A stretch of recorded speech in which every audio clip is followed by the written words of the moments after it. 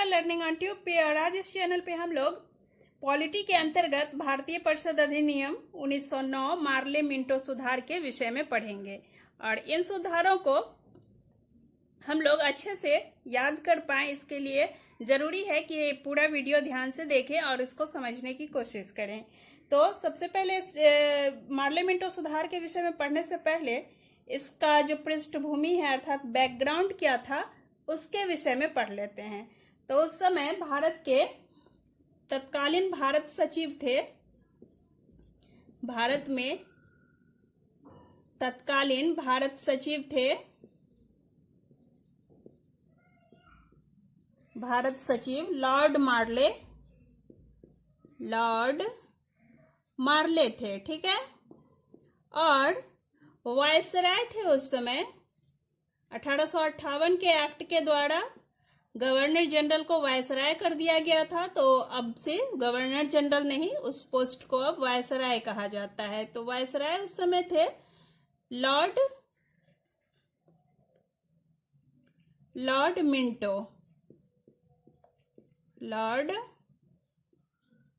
Minto, ठीक है।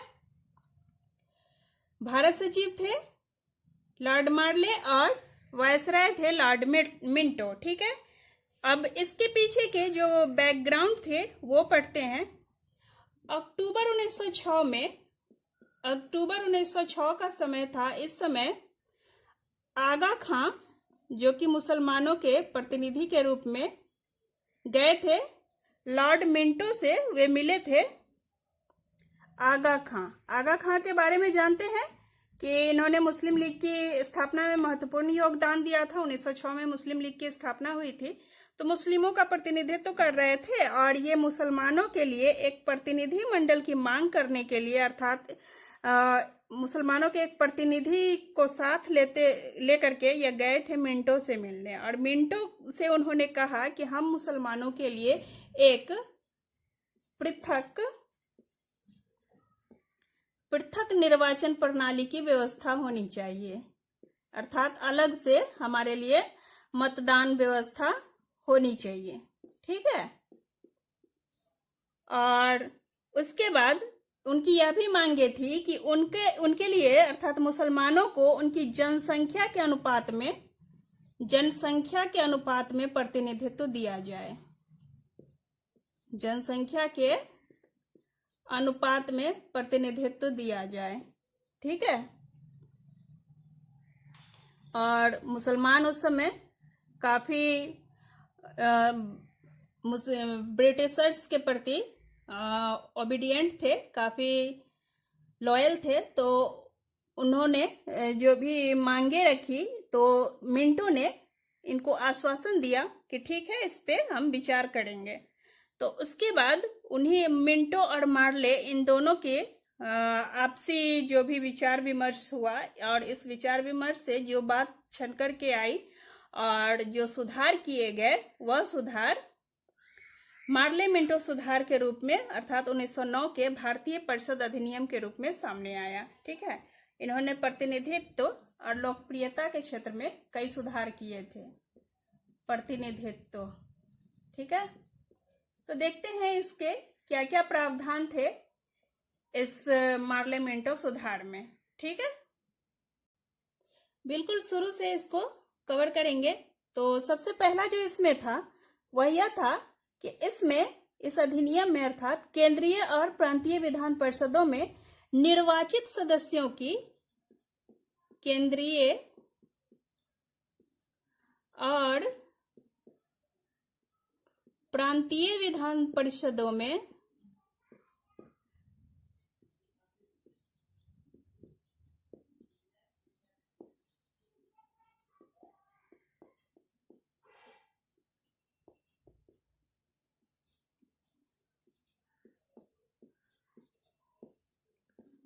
निर्वाचित सदस्य बढ़ा दिए गए,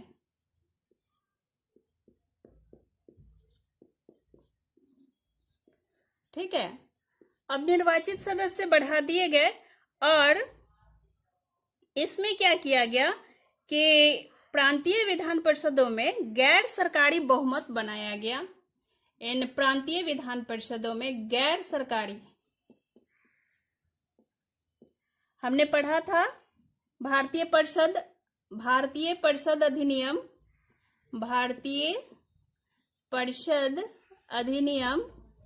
1861 में हमने पढ़ा था कि गैर सरकारी सदस्यों की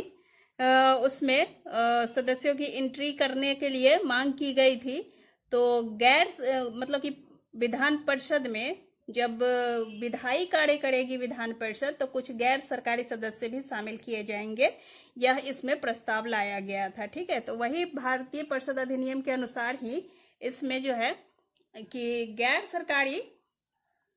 गैर सरकारी सदस्यों की संख्या इसमें बढ़ाई गई थी प्रांतीय विधान परिषदों में। ठीक है, प्रांतीय विधान परिषदों में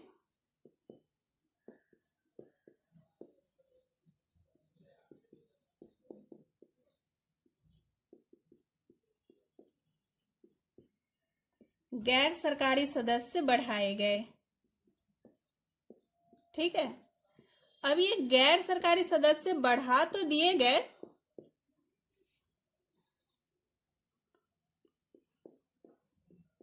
लेकिन ये कौन से सदस्य थे? ये गैर सरकारी ये कौन से थे? ये जो थे नामांकित और बिना चुने हुए सदस्यों के बजाय यह निर्वाचित सदस्य थे। ठीक है, लेकिन ये इन निर्वाचित सदस्यों की हालांकि संख्या तो बढ़ा दी गई, लेकिन इसमें संख्या बढ़ाने के बावजूद यह उतनी नहीं हो पाई जितनी कि गैर सरकारी सदस्यों में नामांकित एवं बिना चुने हुए लोग थे। नामांकित एवं बिना चुने हुए लोग अर्थात बिना चुने हुए सदस्यों की अपेक्षा गैर सरकारी सदस्यों की संख्या विधान परिषदों में निर्वाचित सदस्यों की संख्या जो थी वो अभी भी कम थी नामांकित एवं बिना चुने सदस्यों की अपेक्षा। ठीक है, तो एक यह बात हो गई, एक प्रावधान तो यह हुआ। नेक्स्ट है केंद्रीय व्यवस्थापिका थी। केंद्रीय व्यवस्थापिका नंबर 2 हम लोग देख रहे हैं। केंद्रीय व्यवस्थापिका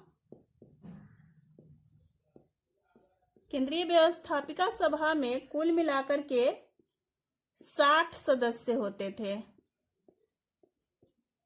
60 सदस्य और उसके अलावे 9 पदेन सदस्य होते थे।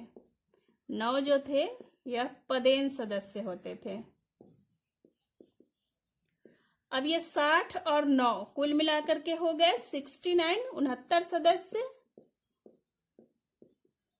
इन 69 सदस्यों में से 37 जो थे वह सरकारी अधिकारी थे। सरकारी अधिकारी, ठीक है, और उसके अलावे 32 जो बच गए वे 32 थे गैर सरकारी।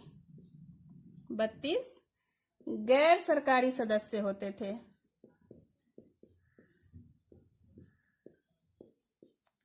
और इन गैर सरकारी सदस्यों में से 39 लिख दिया, 32। ठीक है, इन 32 गैर सरकारी सदस्यों में से 5 थे नामजद, 5 नामजद थे और 27 जो थे वे चुने हुए थे।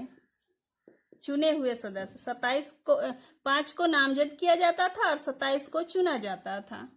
ठीक है, आगे बढ़ेंगे। अब ये जो चुने हुए ये 27 सदस्य थे, इनमें से 6 चुने जाते थे, 6 हिंदू जमींदारों के द्वारा।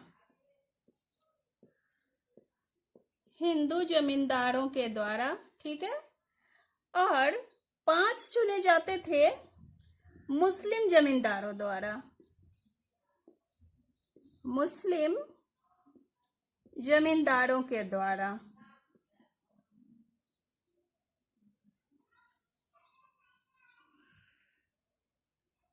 6 चुने जाते थे हिंदू जमींदार द्वारा और 5 मुस्लिमों के द्वारा। ठीक है, अब इसमें 5 जमींदार नहीं थे, 5 मुस्लिमों के द्वारा चुने जाते थे और उसके अलावा एक इसमें एक मुस्लिम जमींदारों के द्वारा, मुस्लिम जमींदारों के द्वारा, एक इसमें था बंबई के चैम्बर ऑफ कॉमर्स के द्वारा चुना जाता था, चैम्बर ऑफ कॉमर्स बंबई के द्वारा चुना जाता था। और इसी तरह से एक जो था वह बंगाल के चैम्बर ऑफ कॉमर्स के द्वारा चुना जाता था। एक बंगाल के चैम्बर ऑफ कॉमर्स के द्वारा चुना जाता था, बंगाल के चैम्बर ऑफ कॉमर्स के द्वारा चुना जाता था। ठीक है, एक बंबई के और एक बंगाल के चैम्बर ऑफ कॉमर्स के द्वारा चुना जाता था। और 13 बच गए, 13 जो थे वो अन्य प्रांतीय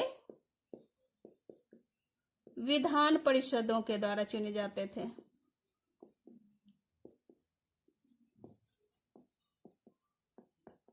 तो देख रहे हैं ना कितना जटिल होता जा रहा है भाई। अब 69 सदस्य हैं, तो इसमें से 37 सरकारी अधिकारी, 32 गैर सरकारी अधिकारी, इन 32 में से फिर 5 नामजद, 27 चुने हुए।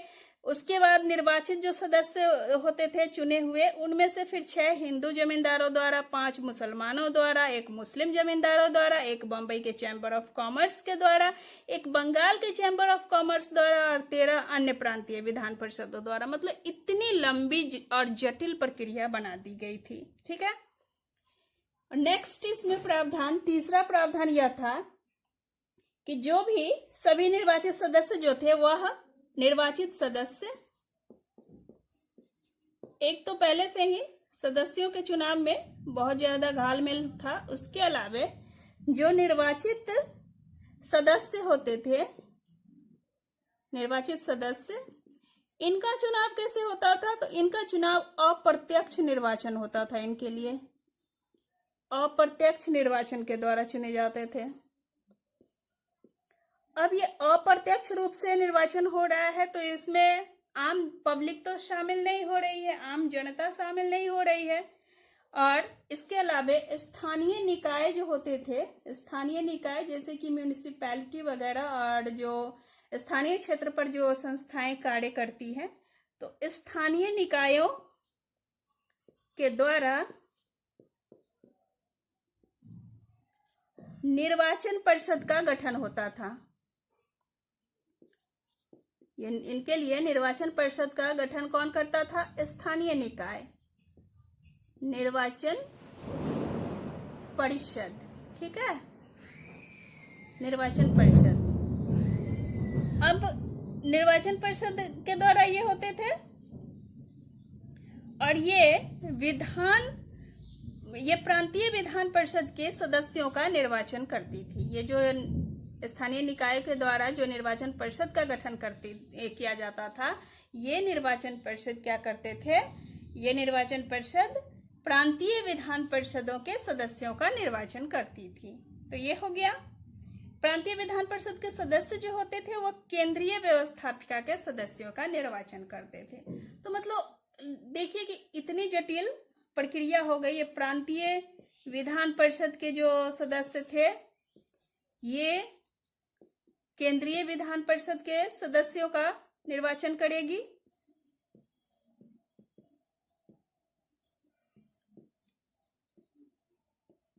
केंद्रीय विधान परिषद का केंद्रीय व्यवस्थापिका के सदस्यों का निर्वाचन करती थी।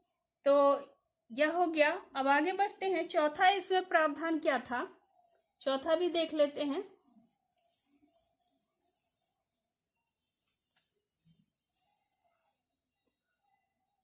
नंबर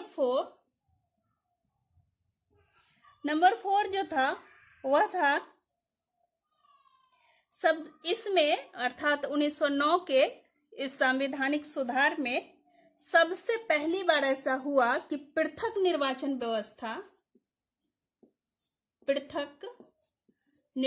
व्यवस्था की शुरुआत की गई। पृथक निर्वाचन व्यवस्था, ध्यान दीजिएगा, सांप्रदायिकता का जो नींव कहते हैं या बीज कहते हैं, ये इसी एक्ट के तहत पड़ा था। तो पृथक निर्वाचन व्यवस्था का प्रारंभ किया गया और मुसलमानों को प्रतिनिधित्व के मामले में विशेष रियायत दी गई।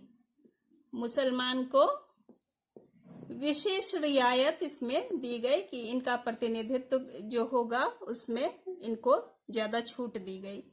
विशेष रियायत या फिर छूट कह लीजिए, दी गई।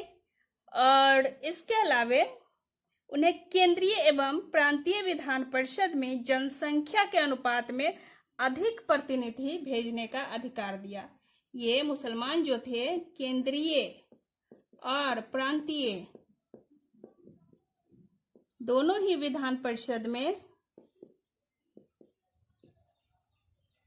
अपनी जनसंख्या के अनुपात से अधिक प्रतिनिधि भेज सकते थे। उन्होंने मांग की थी, आगा खां के नेतृत्व में मुसलमानों ने मांग की थी कि जनसंख्या के अनुपात में हमें दिया जाए, लेकिन अंग्रेजी सरकार ने उन्हें उनकी मांग से भी अधिक दे दिया। जनसंख्या के अनुपात से अधिक प्रतिनिधि भेजने का अधिकार मिल गया इनको। ये अधिक प्रतिनिधि भेज सकते थे।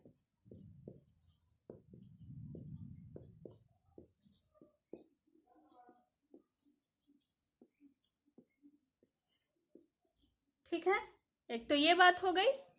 और अगला था नंबर 5 पे चले। नंबर 5 ये था कि गवर्नर जनरल की कार्यकारिणी में एक भारतीय सदस्य को नियुक्त करने की व्यवस्था की गई। गवर्नर जनरल की जो कार्यकारिणी थी, गवर्नर जनरल की कार्यकारिणी में एक भारतीय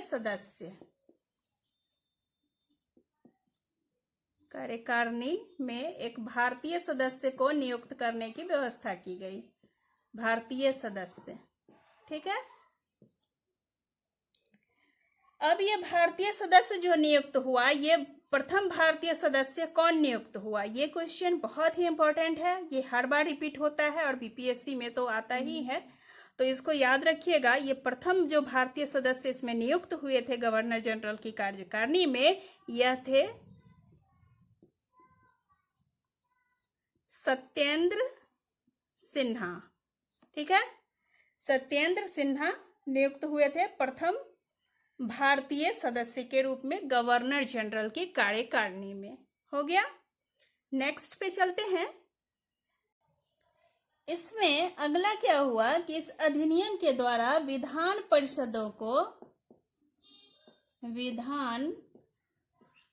परिषदों को यह अधिकार दिया गया कि वे विचार विमर्श करके अथवा अपने प्रस्ताव के द्वारा उन प्रस्तावों का अनुमोदन करके बजट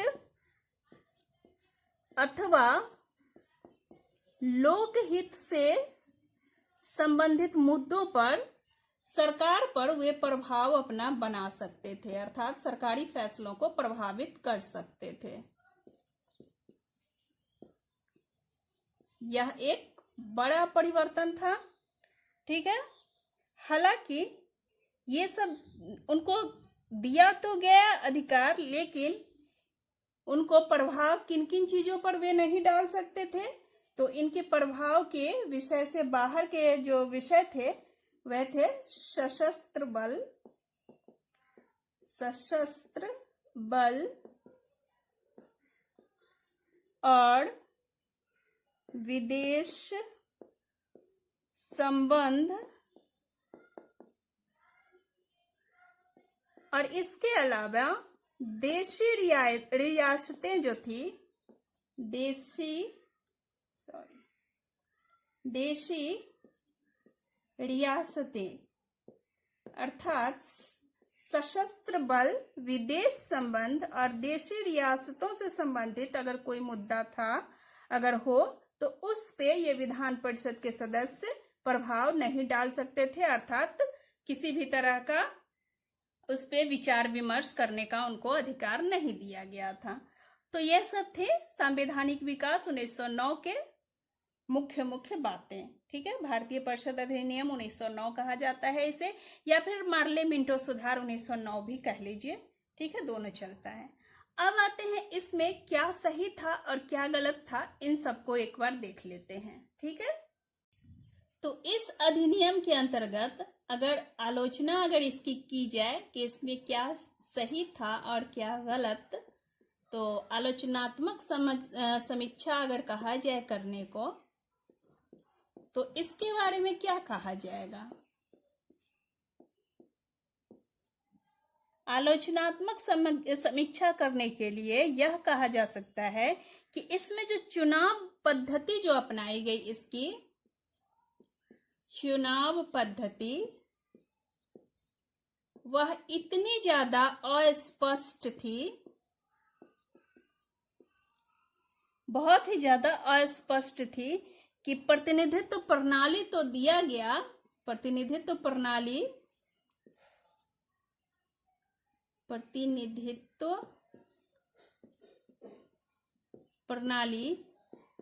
अगर इस प्रतिनिधित्व प्रणाली पर अमल करें तो यह बहुत सी छन्नियों में से छानने के बाद तब जाके कुछ निकलता था, और कभी कभी तो कुछ भी हाथ नहीं आता था। अर्थात इसमें प्रभाव तो दिया गया लेकिन शक्तियां नहीं दी गई। अर्थात शक्तियां नहीं दी गई का क्या मतलब कि संसदीय प्रणाली दिया गया इसमें, लेकिन संसदीय प्रणाली की व्यवस्था तो की गई लेकिन उत्तरदायित्व तो किसी को नहीं दिया गया। तो जब भाई उत्तरदायित्व तो नहीं है, शक्ति नहीं है, तो फिर किसी भी काम को अंजाम कैसे मिले? ठीक है, आपके पास पावर नहीं है, भले ही आपके विचार अच्छे हैं लेकिन आपको पावर नहीं है। आपके अधिकार तो दिए गए हैं लेकिन अगर आपकी बातों की सुनवाई नहीं होती है तो कोई मतलब नहीं है उन अधिकारों का। ठीक है, तो यही चीज यहाँ भी थी। सुधारों को कार्यान्वित करने में इतनी सारी गड़बड़ियां उत्पन्न हो गई थी कि हर तरफ से इसकी आलोचना ही आलोचना हो रही थी, क्योंकि सरकार ने जो विवेकहीन रास्ता अपनाया था, विवेकहीन सरकार एकदम इसकी तरफ से इतनी ज्यादा आलोचनाएं होने लगी कि पूरी तरह से इस विकास का, इस उत्तरदायी प्रक्रिया की ही पूरी तरह से आलोचना की जाने लगी। जनता को केवल नाम मात्र के सुधार प्राप्त हुए। जनता इसलिए इस चीजों से त्रस्त थी कि जनता को नाम मात्र के सुधार मिले। ठीक है, वास्तविक रूप से इन्हें कुछ भी हाथ नहीं आया, वास्तविक रूप से कुछ भी हाथ नहीं आया।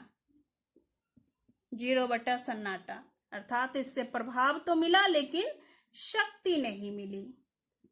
प्रभाव मिला लेकिन शक्ति नहीं मिली। तो इस तरह से मार्ले मिंटो सुधार का जो ये सुधार हुआ था, यह अधिनियम हुआ था, यह भारतीयों में असंतोष ही फैलाया एक तरह से, और इससे हासिल ज्यादा कुछ नहीं हुआ।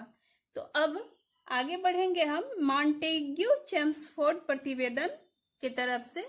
मॉन्टेग्यू चेम्सफोर्ड की जो रिपोर्ट थी और उसके आधार पर जो भारत शासन अधिनियम 1919 लाया गया, 19 के बारे में पढ़ेंगे। ठीक है, अगर कोई डाउट हो तो आप कमेंट करके पूछ सकते हो। आज के लिए इतना ही, मिलते हैं नेक्स्ट वीडियो में। धन्यवाद।